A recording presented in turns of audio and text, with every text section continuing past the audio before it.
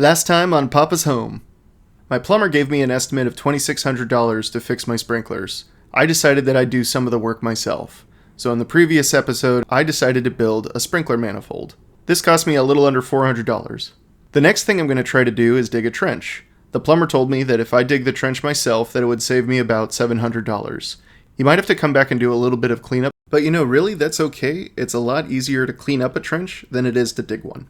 So I already know I'm not going to get the full $700 back, but let's see how much I can save. So the first thing I'll do is I'll take a look at the entire project. What you can kind of see here is where I think I need to actually dig the trenches. I use little orange flags just to remind myself where I think I need to dig. From that, I'm kind of building a little bit of a mental map.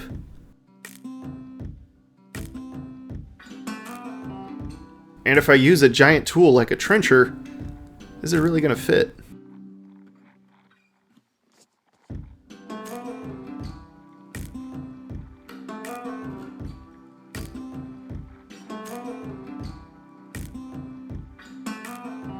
I also know that the water lines for the garden beds and the fruit trees is right here. So I'm going to dig another 15 feet just to get to these old lines, and maybe I can reuse them. A week before I started digging, I went to Home Depot. I went to the tool rental section and asked some questions about their trencher.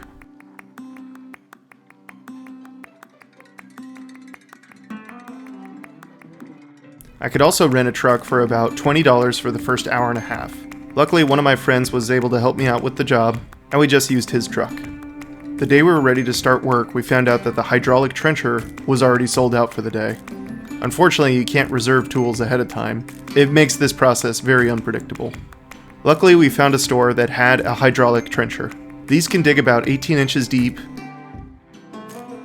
and the hydraulic trencher has a wheel drive, so you can rely on the tool to do a lot of the pushing for you.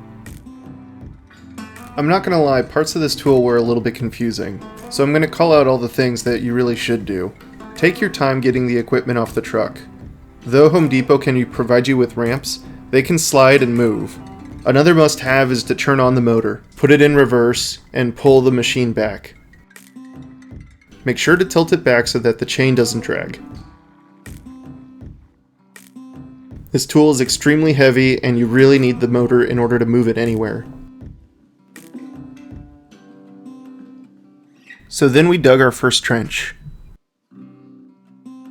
Right now I've only put it at a depth of about 6 inches, so it's going really fast. After we turned off the motor, we found out that a whole bunch of wires got caught in the chain. After cleaning those up and moving a lot of the rocks out of the way, we were able to keep digging even deeper.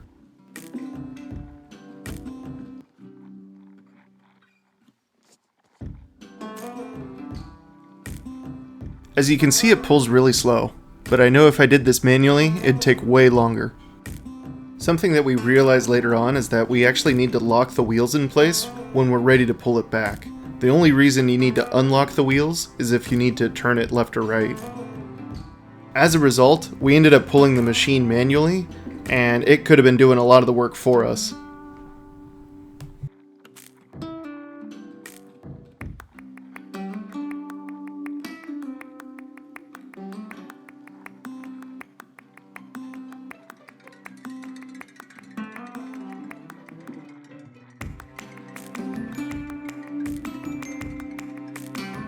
Right now, if you look at the dying patches of grass, you can see exactly where the new sprinkler lines were already installed.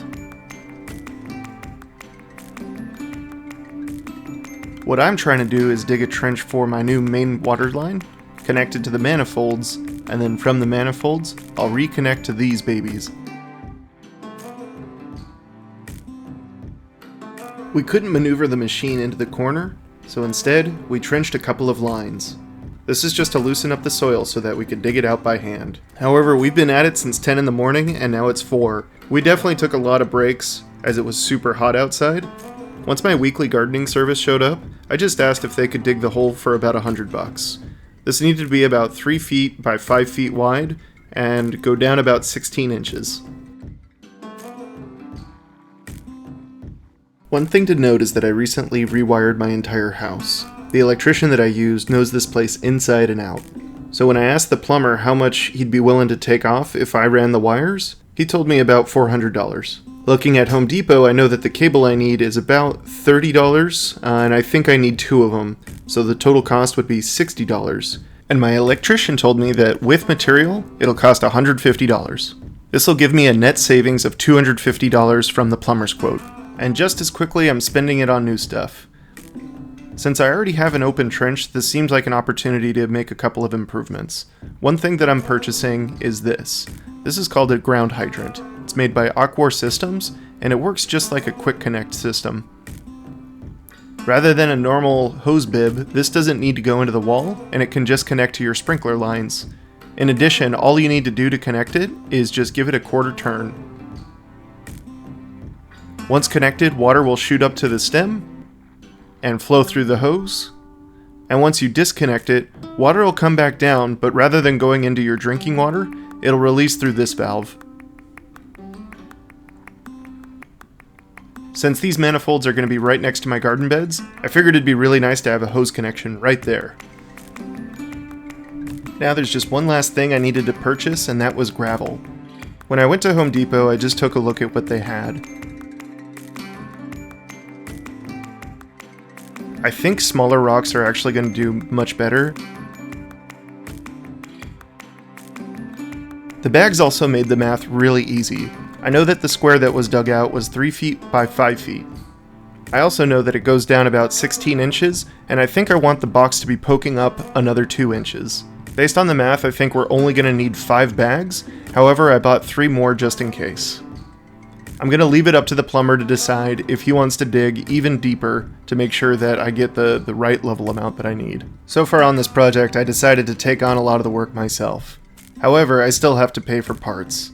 That means that so far I've spent $400 building the manifold, $170 renting the trencher, $135 on the ground hydrant, $150 on the electrical work, about $35 worth of gravel, and another $100 to get the gardeners to dig out the square.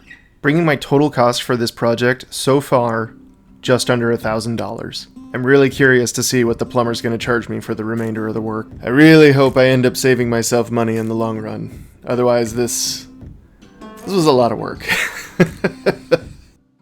Next time on Papa's Home, the plumber comes over and connects my new manifold to the main water line. Afterward, I'm going to connect all the wires to the sprinkler valves and test out the new system. I'll also show how I set up the sprinkler controller and create a schedule for all my plants to be watered. Thanks for coming to Papa's Home.